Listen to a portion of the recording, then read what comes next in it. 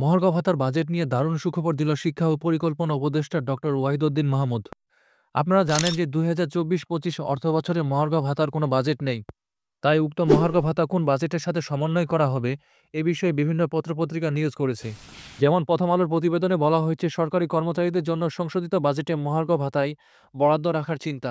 যুগান্তরের প্রতিবেদনে বলা হয়েছে সরকারি কর্মকর্তা কর্মচারীদের মহার্ঘ ভাতা সংশোধিত বাজেট।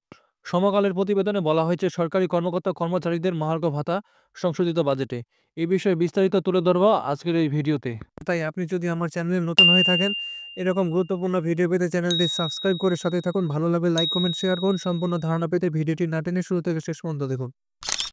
সমকালের এই প্রতিবেদনে বলা হয়েছে সংশোধিত বাজেটে সরকারি কর্মকর্তা কর্মচারীদের জন্য মহার্ঘ ভাতা খাতে বরাদ্দ রাখার চিন্তাভাবনা চলছে বলে ইঙ্গিত দিয়েছেন শিক্ষা ও পরিকল্পনা উপদেষ্টা ডক্টর ওয়াহিদউদ্দিন মাহমুদ।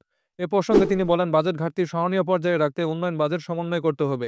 সরকারি কর্মচারীদের বহু ধরনের দাবি দেওয়া মেটাতে গিয়ে বেতন ভাতা বাড়ানোর বিষয় আছে, মহার্ঘ ভাতার বিষয় আছে, তাই রাজস্ব খাতে ব্যয় কমিয়ে রাখা খুবই কঠিন। কাজেই সবকিছু উন্নয়ন বাজেট উপর এসে পড়ে উন্নয়ন বাজেট কমাতে হবে।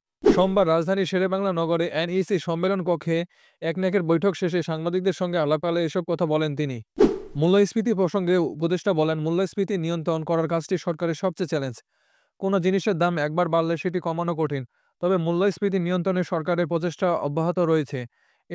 এরই মধ্যে আমাদের রেমিটেন্স বেড়েছে এবং বৈদেশিক লেনদেনের ভারসাম্য এসেছে, কিন্তু মূল্যস্ফীতির জায়গায় এখন তেমন পরিবর্তন আসেনি। এছাড়া পরিকল্পনা উপদেষ্টা আরও বলেন, উন্নয়ন বাজেট কমালে জিডিপিতে প্রভাব পড়বে তা নয়। এক বছর বড় বিনিয়োগ থেমে থাকলেও উৎপাদন কমে যায় না। গ্রামাঞ্চলে দারিদ্র্য বিমোচন ও কর্মসংস্থানের জন্য বেশি বিনিয়োগ দরকার নেই। তিনি জানান, এবার মার্চ মাসে নয়, বরং জানুয়ারি মাসের শেষ দিকেই তারা সংশোধিত উন্নয়ন বাজেট করতে চান।